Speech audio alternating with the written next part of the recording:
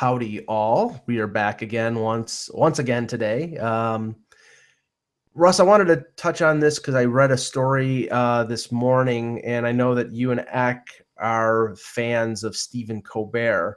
Yeah. I know that you went to one show. I know that Eck and his wife went to a show recently. Yep. And the story does not sound too good for Stephen Colbert in terms of, everybody thought it was going to be a tough transition from him going from comedy, it was a Comedy Central, Yes. from there to a network show to replace Letterman. I mean, replacing Letterman is daunting enough, but going from what I always termed as him being the fake conservative, making conservatives try to look idiotic, which I thought just made him look idiotic. It was fun. It was a character. Right, it was a character, but him going to basically playing himself. Right. That would be a difficult transition. And after a peak at the beginning, when everybody was sort of like, it was a look-in audience to see how the show would do, then his ratings have completely cratered. They've gone down, down, down, and he's third behind Fallon and Jimmy Kimmel. Now, I'm not a big late night guy, but if I do watch a late night show, I watch Fallon because he's funny and because he's sort of non-offensive. But with Colbert, me being of my political bent, I won't watch him because I know what I'm going to get. And maybe that's the problem, is that he turns off half of the country. I think he probably does. I will tell you that it was great being there and we really enjoyed it. Mm-hmm. But then watching it after, he suffers what every late night host suffers from, and that's that ridiculous format that they sort of make them stay in. And that's probably a reason I still watch the Comedy Central shows and I never watch the late night network shows, because it's a completely different format. And it's hard to explain other than what's coming and how it's coming. And the only thing that's different is the skit. And to me, it's like, I feel bad for Colbert because he's really, when the cameras aren't on, right? Mm-hmm. It's so evident how smart this guy is, how talented he is. Sure. But like anybody else, you could fail on a show and it's not your fault. And I just think it's the late night genre that is bad. I haven't watched in years. I tried to watch Colbert. I can't. I still watch The Daily Show. I like The Daily Show. Trevor Noah is good. And I love the Larry Wilmore Show. After that, that's it. I have no more room for shows in my life. We thought we'd like it, but it fell to that same, and I hadn't watched Letterman in years, and I watched him probably for like 10 years straight, and then I stopped. Yeah. I honestly, back in the 80s and even early 90s, I used to watch Carson as a kid because I like to stay up late. I loved Letterman at 12:30. Carson was real kid friendly. Yeah, well, no, not really, but I mean, I like watching him, even though he was smoking cigarettes and whatever. Yeah, and pinching the butts of the female guests. Pretty much. But I watched Carson. I watched Letterman at 12:30. And then I watched Bob Costas at 1:30, the later show, which was one of my favorite shows. It was great. But as I got older, and the thing is, I'm still up. I'm still watching stuff on Netflix or watching TV until 1:30, 2 o'clock in the morning. It's just, I don't have time for the variety shows. And I just don't like them anymore. But here, transitioning to hockey here, and I read another thing about the ratings for Sportsnet's hockey coverage for Hockey Night in Canada specifically. I mean, there was a reaction after they changed format, after it went to Sportsnet. There was a lowering of the ratings, but there are indications that slowly, ever so slowly, things are starting to come up. People are starting to get used to George Stroumboulopoulos, who I think does a great job. The format, the newfangled format, the more technological things that they're doing, that people are starting to like it. And I think that wasn't surprising. I mean, I think if they would have stayed with at the end of the day, it's still hockey and Canadians are going to watch, right? Right. But there is a resistance to change. I mean, they limit Ron McLean and Don Cherry to about 5 minutes. Yeah. And they used to give them a lot more time. Yeah, like you don't see the cronut in Canada, where in the States people welcomed the cronut. In Canada, I didn't see a cronut when I was there. There's probably a place that makes them, but they're like, we like our donuts. Don't mess with it, So I get it. Right. So, but and it takes a while to get used to things. There are still some things that I don't like. I wish I would like more insider talk, because that's something, I'm a hockey nut and I want to hear not just a segment. I want it to be after 40 minutes to be like the entire second period intermission, but they have other things to do. And I get that they want to shake things up, but all in all, I think it's a good broadcast. It's a good presentation. And I think that people are starting to get back into liking it. So, they still have all the best cameramen when they're showing the game. That's for sure. Yeah, their production is incredible, and if you see that moving shot, the funny thing was when they first started that moving camera, like the football camera from one side following the play to the other. Yeah, it was distracting because we weren't used to that angle or used to that sort of moving camera. We're used to the stationary camera for all those years. Now I hardly even notice it anymore. Mm-hmm. But anyway, okay. I'm with you on that. Yep. All right. Hello, Hockey World. Today is Wednesday, December 16th, 2015. I'm Russ Cohen from Sportsology. There's a new book coming out January 11th, Philadelphia Flyers, Images in Sports. Thank you. And I'm Michael Agello, and I don't have a damn book. And this is the Hockeybuzzcast here on HockeyBuzz.com. But if anybody wants me to write a book, get in touch with me. Russ, let's hit up some of the news from yesterday, some of the games. First off, Patrick Kane's 26-game point streak ended by a 3-0 shutout from all teams, the Colorado Avalanche, if you can believe it. Yep. I think they're hot lately. Don't totally, kill them. Well, no, and Varlamov's got it together now, right? That's clear. We'll talk about this in a minute, but and I want to stick with Kane. Yep. But if you look at the bottom teams in the league, all of them are winning. Mm-hmm. But let's get back to Kane. 26 games. I mean, the funny thing is he's had this streak, and Chicago is still sort of on the precipice of making or missing the playoffs. They're like in a wild card position. So what happens if he has a prolonged slump? I mean, the consistency of they could have a problem. Yeah. Yeah, and here's the problem with that game, though. And I didn't watch the whole game, but if you watch the last 5 minutes, I wish that they had a count of how many shifts Patrick Kane took, because it was ridiculous. And that's the part of the streak that really probably is the reason why it rubbed Eklund and me the wrong way, because it's like, wait a minute. He was out there every 30 seconds. It was his line. He was out there. The last 10 seconds, he's out there. They're going to lose the game, but he's out there to try and extend the streak. There was a little bit too much of that. It was forced. I'm like, so what? I mean, first of all, the streak is good publicity. So that's a no lose for the organization. I don't know if the streak is good for a team. I'm not with you on that. And you just pointed out how they're not necessarily getting a bump in the standings from it.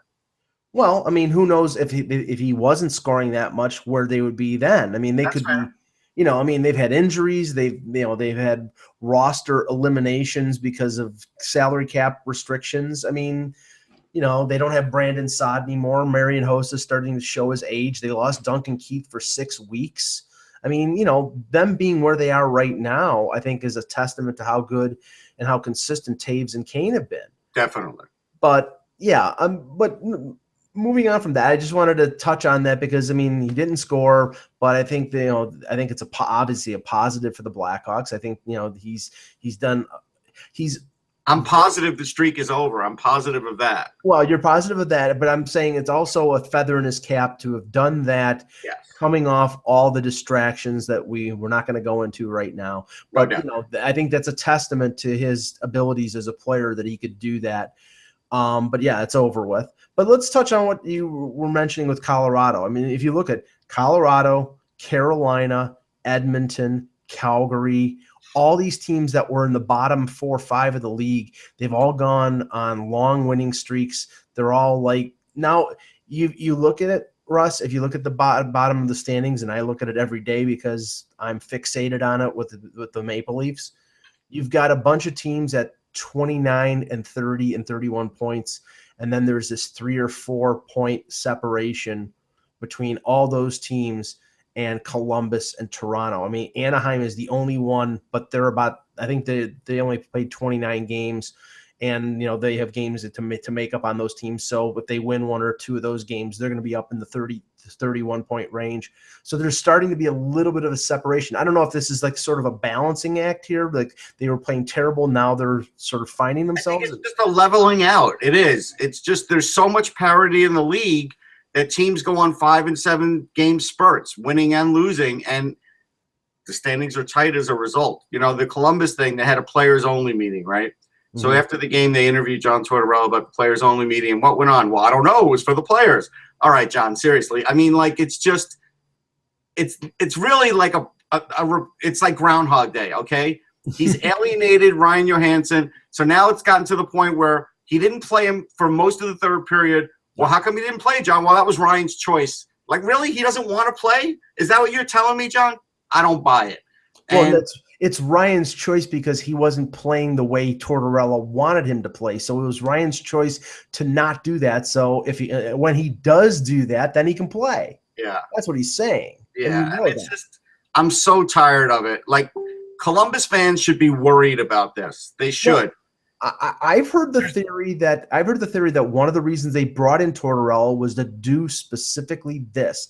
They were tired of Ryan Johansson's act. That and I don't know this for fact, but I've just heard this analysis that they were tired of his act, that they were tired of him, I guess thinking that he was too big for his britches, and Tortorella was the guy to knock him down a peg or two. So they're tired of him scoring and being like their leading scorer. Is that what you're telling me? No. But I mean, that's who he is. I mean, whoever this guy is, he's been able to really function in this league, and now you're really trying to get him to be a different player. You are. You're trying to make him grow as a player, and this is the thing. When you have a player who's on an entry level, or in the case of Johansson, a bridge deal, before you've paid him that big money, you want to make sure that this guy is as well-rounded a player as you can possibly get. If he's strictly a scorer, that's fine, but that mitigates your interest in keeping him around long term. If you think okay, he's going to score, who else is going to pick up the scoring there? Give me names. Well, Scott Hartnell. How many goals is Scott Hartnell going to get at his age? 25 would be a lot, right? Well, maybe David Clarkson will stay healthy for 3 games. Yeah. But no, I agree with your point. He's their number one forward. I mean, they do have some other forwards. Wentworth's a nice player, but none of them get the points with. Yeah, Jenner's a nice player, but Foligno's a good player. But a lot of Foligno's success was tied into Johansson. Right. A lot of his goals. So you break that up, what's going to happen? Right, and we have to also say that the injury to Bobrovsky, as I referred to it, as the annual injury to Bobrovsky, because he seems to get hurt every year around this time. He does. November, December, he has a 3-week to 1 month injury. He comes back, and I will bet you anything here that Columbus in the second half will do what Columbus normally does. They'll have, they'll probably be well out of range of the playoffs, but they'll have that second half run where they, just make a charge. Bobrovsky will be standing on his head. They'll be scoring a bunch of goals. I mean, last year they did it in the last quarter of the season. I think they went 16-3 or something like that. It was something ridiculous. Yeah. And, they'll probably do the same thing again. And there are not many players on that team, unless you believe some of these rumors that they're actually actively looking to ship Johansson and make some sort of big franchise-altering move. I'm not sure. Let's just say, for argument's sake, they're looking to do that, right? Okay. So you're going to trade a 23-year-old center who has size, who can run over people when he wants to. He's not a big physical player all the time, but he has been known to do it, who can get between 55 and 75 points a year. Mm-hmm. How the hell are they going to get equal value? Now, John Tortorella, if you ask him, he'll take someone like Scott Hartnell and Dominic Moore and one other mucker in return, and he'll be happy because these guys will play his game, but he still may not win. And he may not win with the regularity that they want him to, but Johansson will be out of there. So is that going to be mission accomplished? But that's up to Yarmo. I mean, Yarmo is going to have to go out and like get equal value for Orion Johansson. I mean, I'm not going to speculate. I mean, how many teams out there are looking for a big number one center? I think they're probably on, at least on two hands, maybe more. But the problem is they're going to, for Columbus, they would have to get back, a package that would be equal. And I don't know if that's out there, but I think you can do it because Johansson's not one of these guys making $9 million a year. He's making, I think, 4.5. Right, but he is going to be a UFA in a few years, and so they know that, and so that does cut down the value a little bit. Well, I think the bridge deal, he'd still be an RFA, an arbitration eligible RFA. So there is some protection there. Right. I think, and I know that because I cover the Leafs, I bring everything back to something that's going on with them. But, I mean, to me, Johansson is sort of like a bigger, a similar but bigger situation that the Leafs have with Nazem Kadri, because he's an RFA. He's looking to make big money. He's not having, to my mind, he's not having a particularly good year. You have Babcock saying that he's, God's gift, and he's, to me, I don't see it.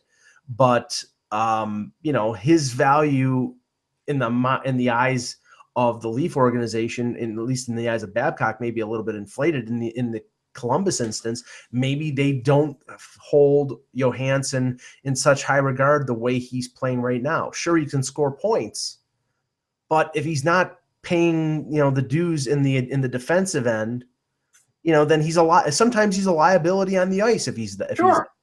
There's plenty of teams that have players like that. They somehow survive.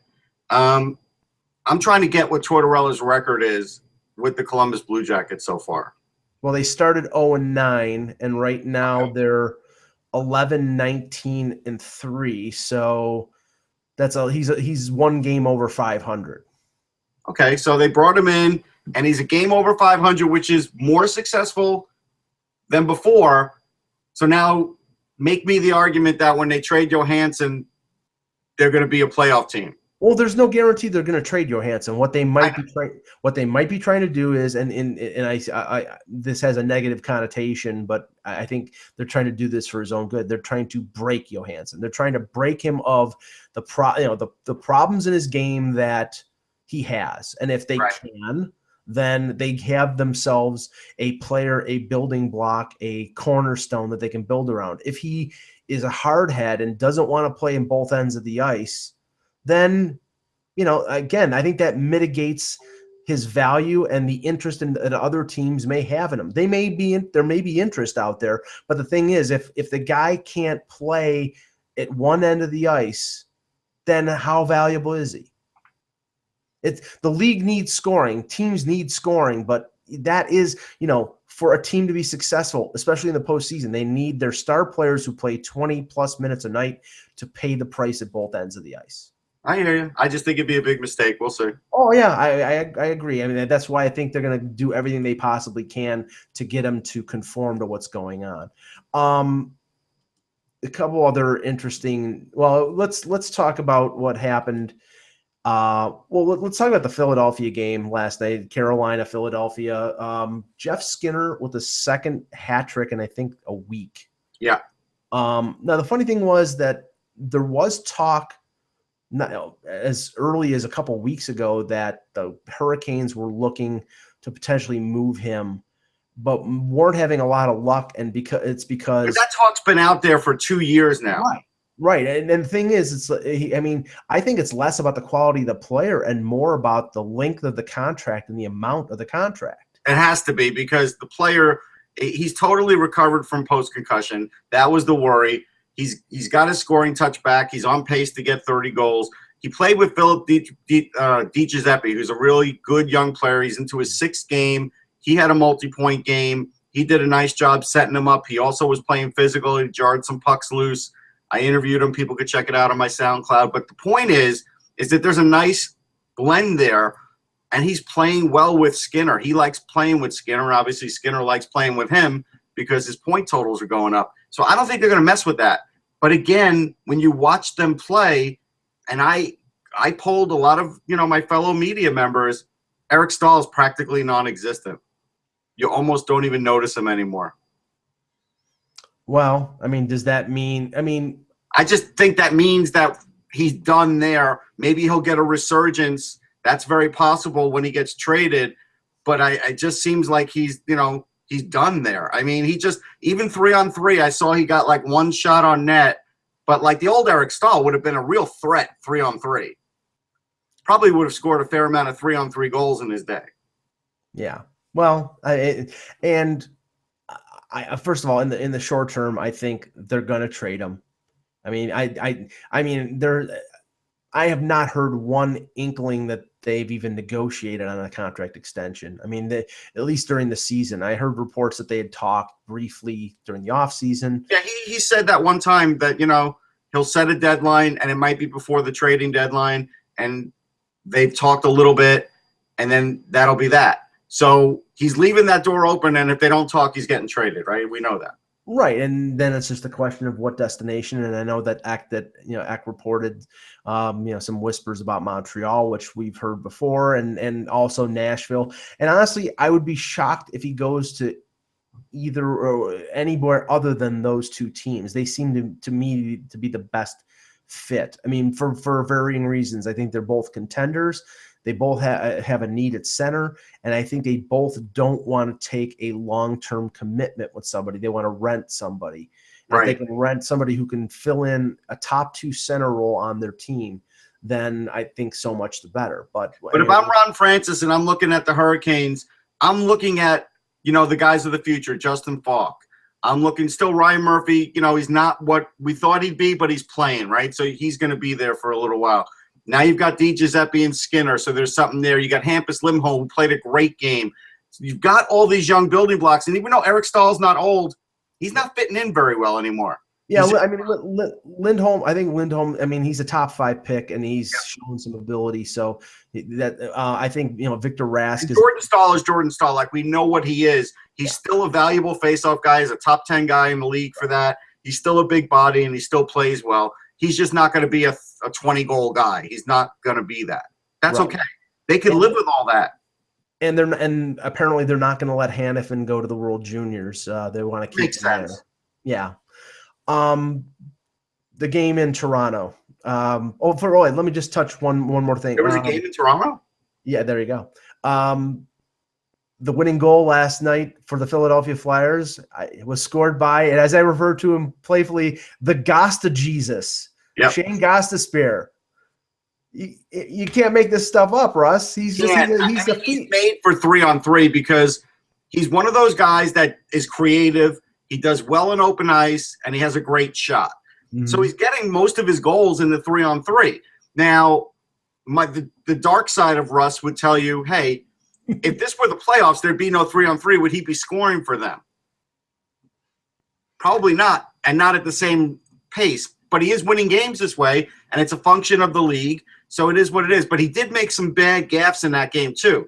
He had a real bad defensive gaffe on the first Skinner goal. And then one time when he was on the power play, Giroux threw the puck back to him, and he wasn't even, paying attention, and it went down the ice. Those things are going to happen. I get it. But if he continues to score, it doesn't matter. But I just hope that his defense continues to pick up a little bit because Michael Del Zotto did the same thing in New York, if you remember. Yeah, I know. It never fails, by the way. The garbage men are supposed to come at 10 in the morning. They're here now. Do they know when I'm doing a show? It's unbelievable. I'm waiting for my mother to call here. Right. But no.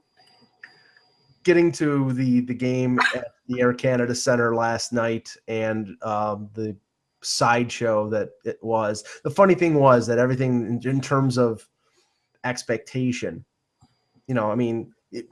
Stamkos coming to town, Tampa Bay's playing in Toronto 3 times this year. So it's not, he's come to town many times, but This is all in the wake of the Twitter Yeah. The fact that the Leafs were off for 7 days and all the hubbub and all the speculation and, one of the Toronto radio stations printing up Stamkos signs. And that was embarrassing. Well, but the funny thing is that's a dumb radio. Well, here you go. It's a TSN radio station in Toronto. I know people who work for them, and they're friends of mine. They're the part owners of the Maple Leafs. Bell Media owns TSN, owns TSN Radio, half owns the Maple Leafs.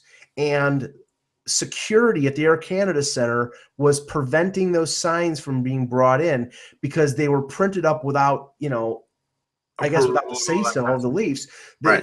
All they would allow into the arena were handwritten signs by fans. Right. So it was, but and you know what? And I get it. I think they're right because we all saw the one funny one, and that's great. Players don't care about that; they don't pay attention. We laugh in the media. Sometimes we show it online, but for the radio station to do that was just a dumb gimmick. Well, and the funny thing is, the radio station, because I listen to them off and on, they are doing a countdown, 198 days till Steven Stamkos is an unrestricted free agent. That's going to go as well as Y2K. I'll tell you right now. Honestly, it's overkill, and I understand the reasons why they're doing it because ratings are down with the Leafs. The Leafs are not a good team, and this was the most excitement that anybody's had with the Leafs this year is when Stamkos came to town and the heat and the hubbub of but it's the possibility, contrived excitement right now. Right. I mean, this is like watching an episode of a show and not knowing the season finale is going to be 7 months from now. Right. It's just, sounds like The Sopranos, but then it never happened. But hell, Russ, I'm going to write about it because people care about it. No, I get it. I mean, but I'm just saying, I just can't get wrapped up in it because it is all fake and contrived. But the funny thing is that there's a possibility it could happen. I know that. But everything else around it, the circus around it, is fake and contrived. Well, the funny thing is, and there's nobody I respect more in the business than Bob McKenzie. He goes on TSN Radio yesterday and was skeptical about Stamkos maybe going to Toronto because of other whatever. Skeptical that he would leave Tampa. And now today, just breaking today on Twitter, TSN, Bob McKenzie, all signs point to Stamkos leaving Tampa. So, So, I mean, the thing is, there's no way to know. Newport is not talking. The Tampa Bay Lightning are not talking. And Stamkos is in control of this thing. He has a no-move clause. If he doesn't want to move, he's not going to get traded.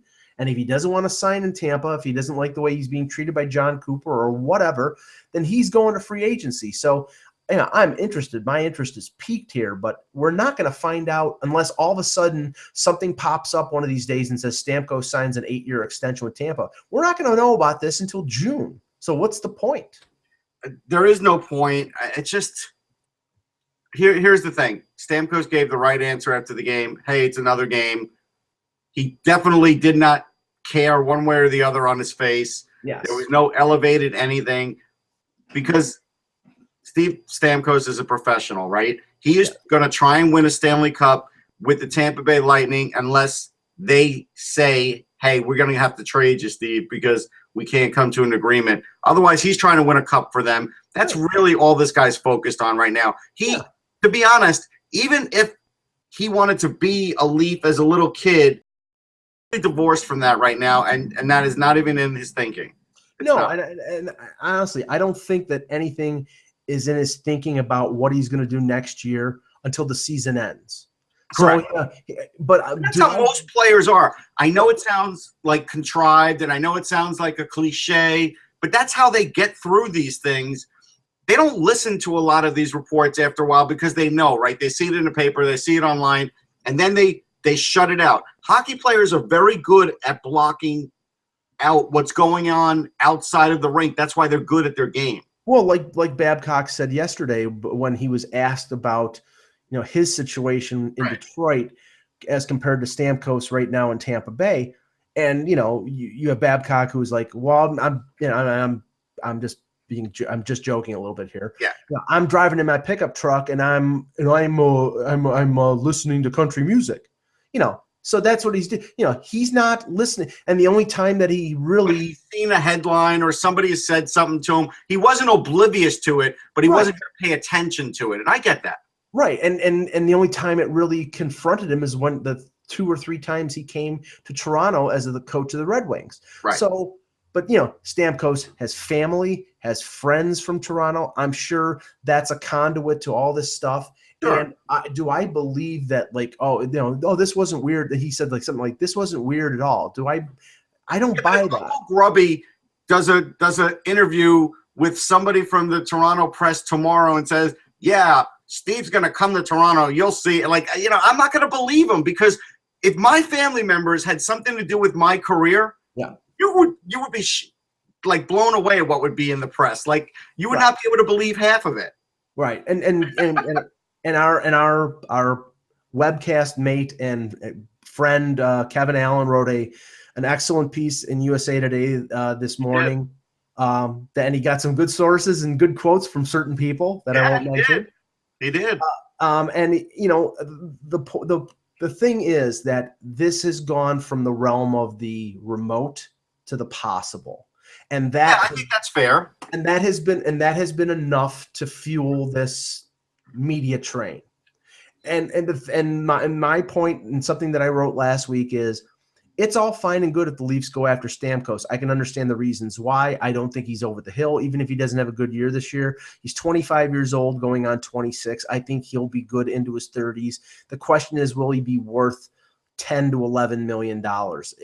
If they have to pay that much, is that a good investment? And to my mind, the only way that he is if they are able to move out guys like Phaneuf or Lupul or Kadri and create room, because I think that even with Stamkos, the current group is not good enough to win. It's just Stamkos is a better roster, a better replacement, and will exceed what Kessel did, but he's going to be paid more than Kessel. Right. So I think they, for them to continue the rebuild and add Stamkos. But again, Nylander could play with him next year. He's certainly ready. Marner's a year away after that. So it's not that far out of the way. But here's the other thing. I mean, at the end of the day, Flyers fans went and chased Shea Weber, and the team signed him to an offer sheet, and Shea Weber mania was running wild here in Philly, and they still didn't get him in the end. And so I just have to caution Leaf fans, don't get overly excited about something that really has yet to be decided and is months away, like you said. Right. And in the end, the decision will be Stamkos's. Yes. And I know that Mackenzie, he's firmly in the driver's seat. Like he's got the hammer. I would hate to be in the position that Tampa's in right now, because not that Steven Stamkos wants to screw Tampa. No. But if he wants to stay there, try to win a cup in his last year there, he can do it. Yeah, Tampa's the nail, and they're in a bad spot. Stamkos is handling it as well as he can. It really, it's going to come down to, like, where is Tampa in the standings February 28th? That's what it's going to come down to. Yeah, but I do think, though, if he agreed to be traded, if they're 10 points out, it'd be very easy to trade him, right? Then it wouldn't even be that big of a deal at that point. But if they're in it, then it's a big deal. Well, and I fall back on this, and then maybe a completely different scenario, and then we'll move off this. But and I mentioned this before, Brad Richards, when he was with Dallas before the big UFA year, Dallas was not in the playoffs. Right. And they didn't trade him at the deadline, and everybody thought that he was going to allow himself to be traded because, then he could have a playoff run and it could increase his value. But the thing is, I mean, the value of Stamkos is not going to be increased at all by a playoff run. No. If he wants to win a Stanley Cup, if his motivation is to win a Stanley Cup, he knows he's not going to win it in Tampa, then he could agree to a trade and go to Nashville or Montreal or the Rangers or the Islanders or whoever he picks. Yep. But I don't think going to those places is going to stop him from testing the market in July. I mean, once he crosses the Rubicon, I think he's going to go to free agency. Yes, if he doesn't get the long-term deal from the team that drafted him, he will go to free agency with the next team that gets him part-time. No question about it. Other things from that game, Jonathan Bernier comes back after the 10-day conditioning stint with the Toronto Marlies, 3 shutouts in the first 3 games, gave up 5 goals in the last game. I was at that game. I didn't think he played particularly well, but the organization talked up the fact that he played well in his stint and his confidence is back. Well, he did not look good last night, Russ. He gave up 5 goals. Yeah. I think he made 22 saves on the night. The key segment in the game, he gave up a goal early in the first period, which has been his MO. He gave up 2 goals in 37 seconds in the third period that went the Leafs went from a 3-2 lead to a 4-3 deficit. He gave up a goal late in the second to Anton Strawman. So there were an early goal in the first, a late goal in the second that got them back into it, 2 goals in the third, and then gave up a short side goal in overtime to Nemestikov. I mean, it was not a good outing. And this morning, James Reimer leaves practice early, not to say, I don't know if it was a reoccurrence of his injury or just they're being careful with the groin injury that he has. But Babcock comes out and says Garrett Sparks is starting tomorrow against San Jose. See, it was a good move for me picking up Sparks on the fantasy team. Yeah, but the thing is, and you cannot criticize what Sparks has done. I think he's a good young goaltender.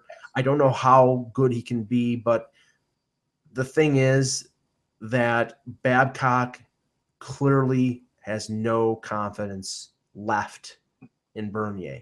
No, and he hasn't earned it with him. Bernier hasn't built it up. He needs a change of scenery in the worst possible way. Like Toronto's totally gotten to him. He needs to go with a fresh goalie coach in a different market, preferably, one that just doesn't even have as much media. That's what I'd be looking to do for him. Well, ironically, and I don't know whether there's a connection here, but I'll report what was there and we can speculate on it. In the press box last night at the Air Canada Center was Brian Burke and Brad Treliving, the president and GM of the Calgary Flames. Now, Burke, and I know it because I've seen him in the press box. I've seen him at Marley games. I've seen him at Leaf games throughout. Was Burke's hair looking better? No, it looks about the same. Looks the same. Okay. But he did have. I think he had his tie tied. So he did. Okay. So he was all business. But Burke has family in Toronto. He spends a lot of time in Toronto. So seeing him at games isn't unique. Seeing Treliving there is unique. And we know with the Calgary situation right now, you've got, John Gillies is out for the year. So him as a potential call-up, that's over with. Ordio was called up. He played 4 games. He may not be ready yet. Hiller and Ramo have not played well. They're both UFA. Wait, Carrie Ramo hasn't played well? Yeah, shocking. Who said he was going to play great? I can't remember. But we're going to get hell for that, Russ. I know. Yeah, how's San Jose doing? 30 points. That's what I'm saying. We have to keep track of all these bets because they're just too easy to win at this point. Yeah, but the thing is, we forget about them and then we never get paid off. I know. No, but I mean, the Bernier to Calgary scenario would make a bit of sense. It would be a fresh start. Sure. They're a team that had success last year, made the playoffs. They've won 6 games in a row. They seem to be finding their feet, finding their way. They're getting goal scoring. Hamilton is starting to play better. The only thing is I don't think they can make any kind of run. And right now they're tied with Arizona for 3rd place in the Pacific. I don't think they can make a run in the playoffs, hope to challenge whoever's in second in that division. No, but you know what? With the goaltending they have. I give you a scenario. Maybe if they feel like Jankowski's not going to sign with them, you trade the rights for Jankowski for Bernier. Yeah, and yes, and I would think also that the Leafs would take back the one of those goalies to eat the salary. Right. Give us which one you don't want. Right. Miller or Ramo. We'll take the salary that counterbalances the salary for this year. Calgary. Does Calgary want to keep 3 goaltenders around? I don't think so. So no. And that would be the way I think around it. And at least Calgary, if they don't feel like they could sign Jankowski, and I don't know where they're at with that, but there's been reports that maybe he's not going to sign with them. Mm-hmm. If they think it's iffy, hey, at least you get something in return. Right. Right, and it would give Bernier the potential, second chance. Wow, something just Yeah, you happened. locked up there a minute, but that's all right. Yeah, it will give him a second chance, and that's a good thing. Yeah. Okay. Let's mention the Rangers for a minute because that game was interesting. Now they edged out Edmonton, and to say like, hey, they beat a hot Edmonton team is sort of like saying that my Italian ices are only half melted, like in the summertime. It's not that great of a win, but at least it's a win. So it gets them moving in the right direction. Brady Shea played very well. Didn't really make any errors. Showed his speed. Showed his ability on the rush. Looked really good. Dylan McIlrath got a goal. That just sent Twitter aflutter because that was his first NHL goal. It's one of those things. He has a great shot. Yes. It's not very accurate, right? So it's like for all the goals that they think he's going to score, he's going to have to score them by getting them on net. If he gets it on net more, I'll be impressed. It's definitely fast, but a lot of guys have fast shots that aren't accurate. But he's been playing fairly well anyhow for weeks now, and that's a good thing. And it seems to have solidified the Rangers' defense temporarily. Stepan and Klein won't be back against Minnesota, and so it's going to Stepan skating again. He is, and Klein are skating, but they're not going to play in Minnesota. Dan Girardi's not even on the road trip. So with that swelled knee now, everybody in the media is sort of saying, well, clearly it's the swelled knee that was causing the bad play. I'm not so sure. I don't know how many games they should give Dan Girardi when he comes back. Definitely give him a couple. And if he shows that he's back to the old Dan Girardi, great. But they can't go 5 or 6 games with him again playing the way he was when he claims when everybody says that the knee is better. So that's going to be the issue. What's the solution if his knee is 100% and he's still playing the way he's playing? Move him down to pairings. Start scratching him once in a while. What can you do? And he's got, 4 years left on the contract? Yeah, I think that's right. Wow. Hey, when guys, start trending down, they start trending down. Now, maybe somebody like Columbus would have interest in him. That's when you start talking. But, you give him his chance. But I just say don't give him too many games when he comes back. That's all. Well, that there's a dearth of defensemen in the NHL when Edmonton calls up Nikita Nikitin because there's interest in him. Yeah. And, they sent Fane down, cleared him through waivers, sent him down to, I think it's Bakersfield. I think that's where their AHL team is. And they brought back Nikitin after apparently he played well down there. I would hope he would because he's an NHL There's nothing else to do in Bakersfield. Like, if you can't play well there, then there's no reason to be in Bakersfield. There's nothing in Bakersfield. Anyhow, go ahead. Right, but other than oil. Yes, and probably potatoes. Yes. But yeah, so I mean, if there is interest in Nikita Nikitin, one of the reasons is he's in the last. Who could be interested in him? He doesn't play defense. Well, I mean, honestly, I think it's more of a fact of Edmonton will eat some money to move him. But he still can't play even if he eats money. I know, but Russ, that's the thing. That's a statement on how desperate teams are for defensemen. If somebody is willing to take a chance on Nikita Nikitin at a discount, if somebody's willing to take a chance on a discounted Rob Scuderi. You know what this reminds me of? It reminds me of the episode of The King of Queens where Carrie, the wife, gets LASIK surgery and it's not working out. And she looks at her husband and says, I don't understand it. You got me a good doctor, right? He goes, yeah, I even had a coupon. There you go.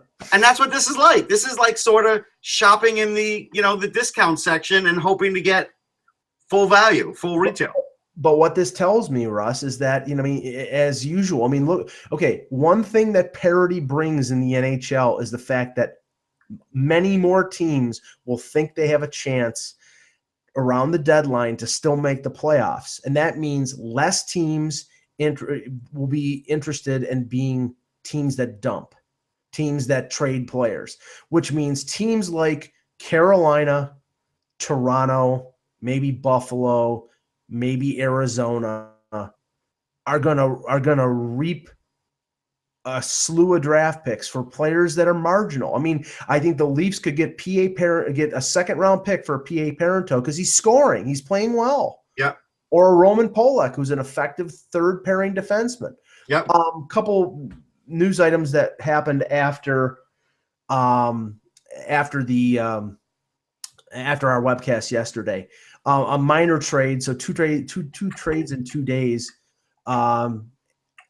This one, I mean, I like Christian Thomas. The deal was Christian Thomas going from Montreal to Arizona for Lucas Lesio. I don't know a lot about Lesio. He's going to the St. John's Ice Caps in the AHL.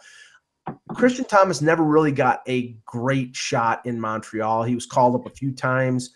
Right. He may be small for the NHL, but I think he's going to get a longer look in Arizona, and maybe that will be an opportunity for him. What do you think of that deal, Russ? I mean, this is basically Thomas is going back to, a guy who's familiar with him in Maloney because he was a Ranger draft pick. To me, I know he's played a little bit. He's shown a little bit. He can't do much in this league, though. I don't think he could do much. I think he's going to Arizona because, hey, he could get more playing time there because Montreal is like – and I even said something earlier this year. It's kind of amazing to me that Montreal is a good team and Thomas is in the lineup and they're trying to win a cup. Well, now that they're trying to win a cup, Thomas is not in the lineup. Yeah, and Lesio's got some upside. He's definitely got some offensive upside, but he has never put it together. I mean, I know that probably my like of Thomas is the fact that he's the son of Steve Thomas, the former Leaf and longtime NHLer. He's not his dad though, because his dad was stockier, his dad was a little stronger, and those are some reasons why Christian can't be the scorer he is. Now he's pretty good defensively, yes. And so he can play that role, but it's fleeting. But you know what? I mean, honestly, the thing is, it's like, and I can only hope this happens for Christian Thomas. A change of scenery has really helped Landon Ferraro. He's playing well in Boston. If Thomas gets his opportunity, maybe he seizes that opportunity. He plays well with Arizona. I mean, there are spots to take. If he can, and they're probably going to trade some bodies before the trade deadline, so he'll have a good opportunity, maybe a lengthy opportunity to play in the NHL, and if he can seize that, maybe he can make a career out of it. The other news out of Arizona was not good. For not to say that this team has realistic playoff hopes, but the way the Pacific is, they were in the mix, but now, and we've been critical of Mike Smith, but he's out for 8 to 10 weeks with a core muscle injury that required surgery. And that's a bad injury for a goalie. Yeah, it's a very bad injury for a goalie. And now the goaltending shifts, and this is why I think they're going to be looking out for a deal here, obviously. Their number one goaltender is Anders Lindback. And I know Anders Lindback played well down the stretch for the Sabres last year, but he's not a number one goalie in this league. And I don't think Arizona thinks he is. And I don't think Arizona wants to bottom out in spite of the fact that it would make sense because Austin Matthews is the presumptive number one pick. So I do think that they're going to go out and try to get a goaltender. And Russ, in scanning things, 2 names pop up. One is Khudobin. Right. And the other one is Ben Scrivens. Now, Ben Scrivens hasn't played well in the AHL, and he's making close to $3 million, which it would probably require Edmonton to, to take a haircut on the salary, right, some of it. But right now, Arizona they don't want to mail in the season, but they also don't want a contract with a goaltender who's got 3 or 4 years left in a deal because Mike Smith has got 3 more years at like $5.6 million. So, I mean, I think that would be the way to go. But do you think that they could conceivably stay with Lindback and maybe just? I mean, yes, if they don't think they can make the playoffs. No, if they think they can make the playoffs.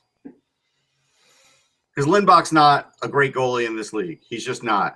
No. So, but again, I think Arizona will have to look in the mirror now and say, let's just get in the lottery again. We got a great shot at Matthews. Let's just let this season roll out. We might as well roll the dice for Matthews. If I'm in that spot, that's what I do. Now, I just got a text to switch gears from Eck that said basically that Scott Hartnell could be on the move to LA. And He doesn't have any particulars or people, just that it's being discussed. It's interesting because Hartnell definitely gets along well with Dubinsky. Those guys were goofing around in the locker room. They seem close. Hartnell certainly seems to be a favorite of Tortorella's. Tortorella's a big fan of his. But maybe this is Yarmo saying, I'm not a big fan of that contract, because the Flyers weren't a fan of that contract either.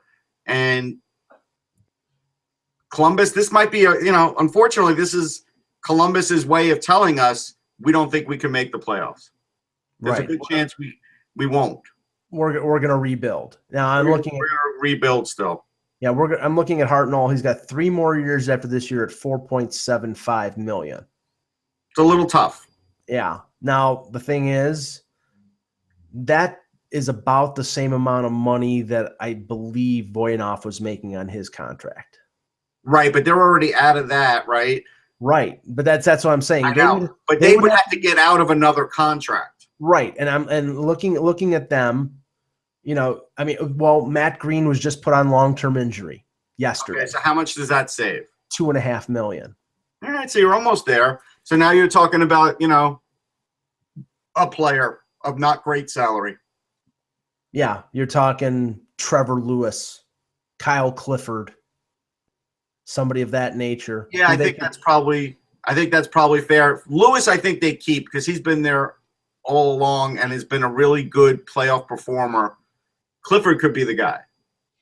Yeah, and then you would expect them to either for Columbus to either be wanting a top prospect or a draft pick of some sort. Yeah, they would. If this were, going to happen, they would. And let's see, I'll give you Kempe, Zykov. I don't think they'd get Kempe, but I think Zykov could be in the mix.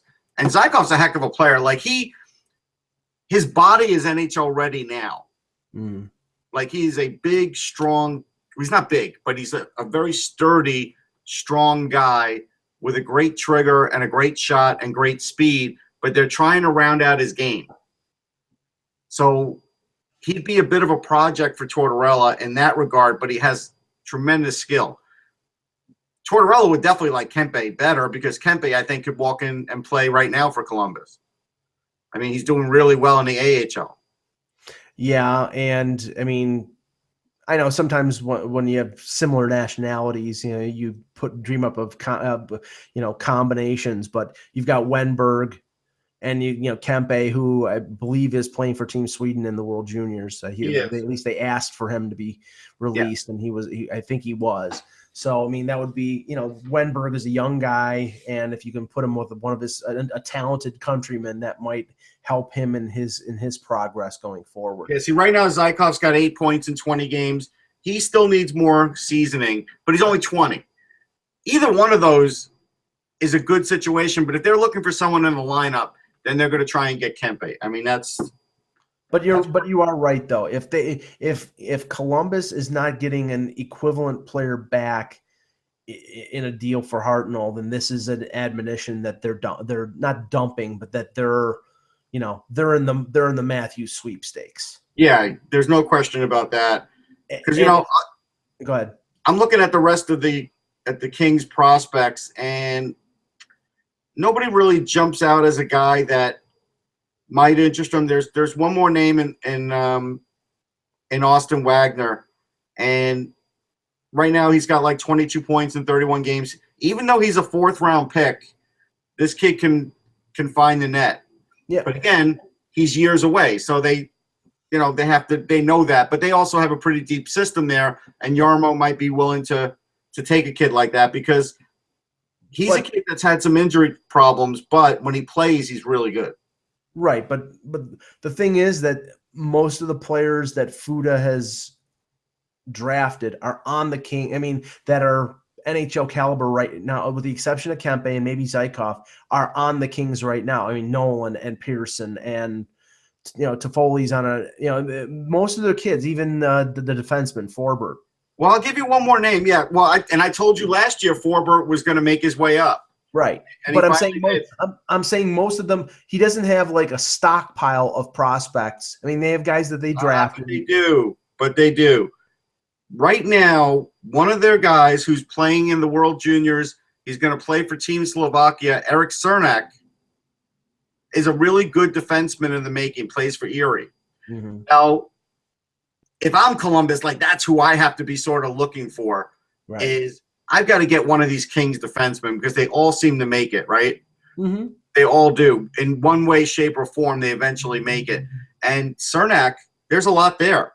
I mean, you know, he's got good size. He's 6'3". I mean, he's going to be the best player on that Slovakian team. Now, that's not saying much, right? Because we know they're not going to be great. Mm-hmm. But he's still a heck of a player, and he's a really good player for Erie. And so, like, if they were going to go that route, I would support that. I think that's actually heading in the right direction for them.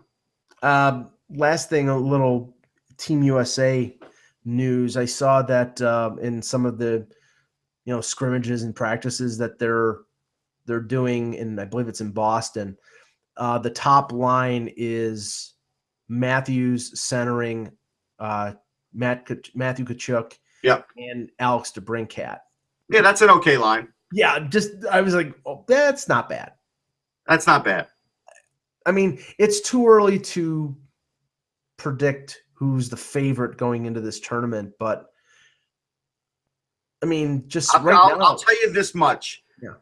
I'll tell you this much because I taped my show Monday for the weekend, and we didn't give out predictions, and I still don't feel like I'm ready for predictions, but U.S. has great goaltending. I think the U.S. goaltending is better than Canada's. Canada's got everything else they need, though.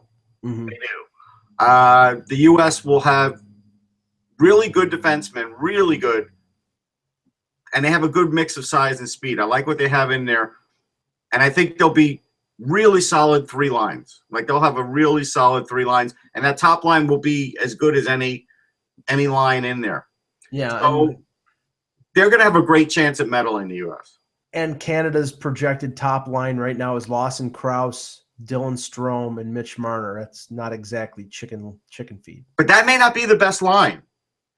The best line, if the best line's got Patrick Lane and Jesse Puljujarvi on it, if they want to put all the eggs in the basket there and have Nylander centering that would be the best line. Well, no. From what I understand, and this is, I mean, they haven't even gone to camp yet, but from what I understand with the Swedes, it's going to be Nylander, and Timashov, the Leaf prospect who's best buddies with Nylander since. I like Timashov. He's got a lot of speed. I like him. Yeah, and so you have the brothers Nylander and Timashov as their line.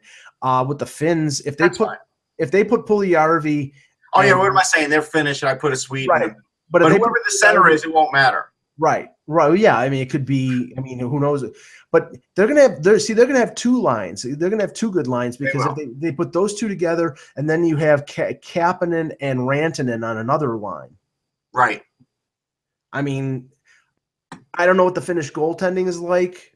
I don't know if it's fantastic, but I'm telling you, if they have a line with Puljujarvi and Lane, don't count them out as not being the best line because they just might be. Yeah, and I don't know if I said it while we were doing the show yesterday, but I'll say it now. I talked to an NHL scout over the weekend, and he basically just shook his head in amazement at how good Puljujarvi and Lane are, and that I've heard. I mean, it's not going out on a limb to say they could be number 2 and number 3 in this draft. No, it's not. I mean, it's very possible that Jacob Chychrun, unless he really lights the world on fire, could end up 4 or 5. Right, and Matthew Tkachuk the same way. Although he's having a really great year with London, and he's got the bloodline. So I have a feeling like if Toronto ended up at 2 or 3, and the Tkachuk is on the board, and it's between him and one of the Finns, that Mark Hunter would sort of say, It's a tough decision for him. It is. Yeah, very tough decision. But I got to run because I got to give blood. Great show. I should give blood this time of year, by the way. For the Red Cross, I don't give them money anymore because we've seen some bad things happen with money, but I always give them blood because that always goes to the right place, just so you know. My blood's a little too sweet. But for Russ Cohen, I'm Michael Agello. Thanks for watching. We'll be back tomorrow with hopefully Eklund. And he'll be back tomorrow. And remember, folks, without the buzz, it's just hockey.